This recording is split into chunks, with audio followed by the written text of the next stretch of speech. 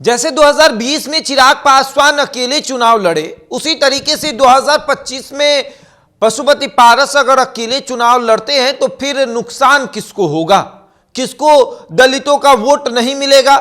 जैसे चिराग पासवान के लड़ने से जेडीयू को नुकसान हुआ था, राजद को सीधे सीधे फायदा पहुंचा था, उसी तरीके से पशुपति पारस को लड़ने से नुकसान किसको होगा, फायदा किससे पहुंचेगा, इस पर चर्चा करेंगे। क्योंकि अब प्लान बनकर तैयार हो चुका है। पशुपति पारस 243 सीटों पर अकेले चुनाव लड़ने की प्लानिंग कर रहे हैं, क्योंकि पशुपति पारस का भाजपा से मोह भंग हो गया है। उनको भी अब लगता है कि कितना दिन भाजपा को हम अपनी पार्टी, अपना गठबंधन बरताते रहेंगे और भारतीय जनता पार्टी हमें धोखा देते रहेगी। पशुपति पारस को सबसे पहले ये धोखा मिला कि उनका संसदीय क्षेत्र छीन लिया गया, उसके बाद उन्हें एक भी सीट नहीं दी गई, कहा गया कि आप चुनाव मत लड़िए। पहली ऐसी पार्टी है जो लोकसभा चुनाव में अपने गठबंधन के सहयोगी दल के कहने पर चुनाव नहीं लड़ रही है।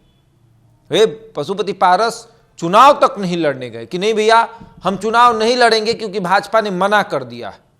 अगर किसी के मना करने से कोई चुनाव लड़ना बंद कर देता है, ये एक बड़ी बात हो जाती है कि चुनाव लड़ेंगे ही नहीं।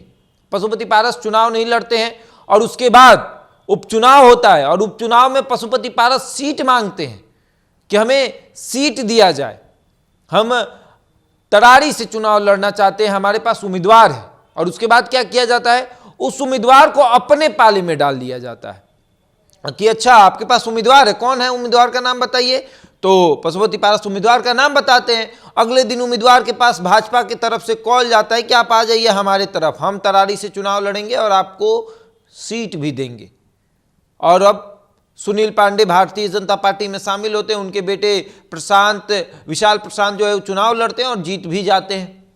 अब पशुपति पारस के पास कुछ नहीं है, बर्बाद हो चुके हैं। एक पार्टी कार्यालय था वो भी छीन लिया गया, कहा गया कि लाइए पार्टी कार्यालय दीजिए। उसके बाद पशुपति पारस की उम्मीदें थी कि राज्यसभा भेज दिया जाएगा, वहां भी उपेंद्र कुशवाहा चले गए और उसके बाद भाजपा ने एक और सदस्य को भेज दिया। अब बात आता है कि अब क्या होगा, अब कौन, अब क्या मिलेगा।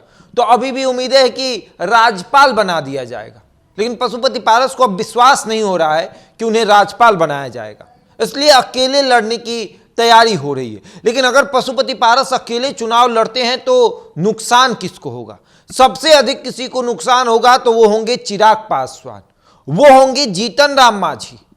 दलित और महादलित के नेता यही लोग हैं और वोट पशुपति पारस किसका काटेंगे, तो दलित का काटेंगे, महादलित का काटेंगे। और उसके बाद पशुपति पारस उसे अपना उम्मीदवार बनाएंगे जो क्षेत्र में मजबूत होगा, जिसके पास अपना 10 से 15 हजार वोट होगा, जिसको पार्टी टिकट नहीं दे रही है, उसको पशुपति पारस अपना सिंबल देंगे। और पशुपति पारस का सिंबल तो बिहार में लगभग जगहों पर लोग जानते ही हैं।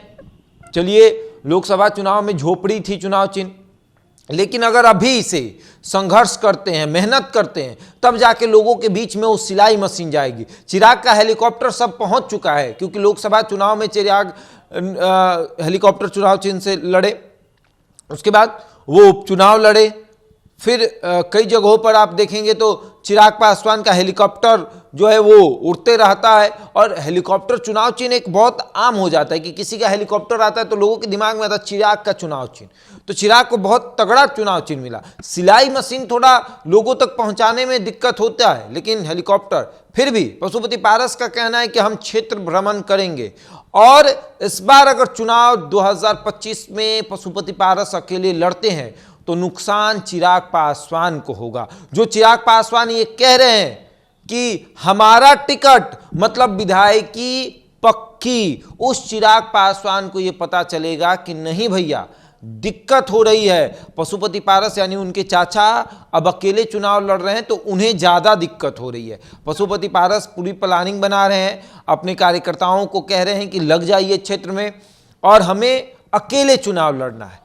और जब पशुपति पारस अकेले चुनाव लड़ेंगे तो फिर दल भी मजबूत होगा, संगठन के लोग भी मजबूत होंगे, क्योंकि जो चाहेगा वो चुनाव लड़ेगा। 243 उम्मीदवार चाहिए और 243 उम्मीदवार जब फील्ड में उतर जाएंगे तो चुनाव लड़ेंगे तो लोगों के बीच एक जाएगा कि एक और पार्टी आई है और पशुपति पारस वो चाहते हैं कि इस बार हो जाए, इस बार हम अकेले चुनाव लड़े, और जब अकेले चुनाव लड़े तो लोगों को ये बताएं कि हमारे अंदर ताकत है, हमें आप गिरा नहीं सकते हैं, आप जितना प्रयास करेंगे हम उतना उठेंगे। अब आगे देखिए क्या होता है, किस तरीके से तमाम चीजें की जा रही है। पशुपति पारस क्या करते हैं, क्या अकेले चुनाव लड़ेंगे या फिर भारतीय जनता पार्टी की बात मानकर बैठ जाएंगे, ये भी देखने वाली बात होगी। बहरहाल इस खबर में इतना ही, बने हमारे साथ और देखते रहे द इंडिया टॉप।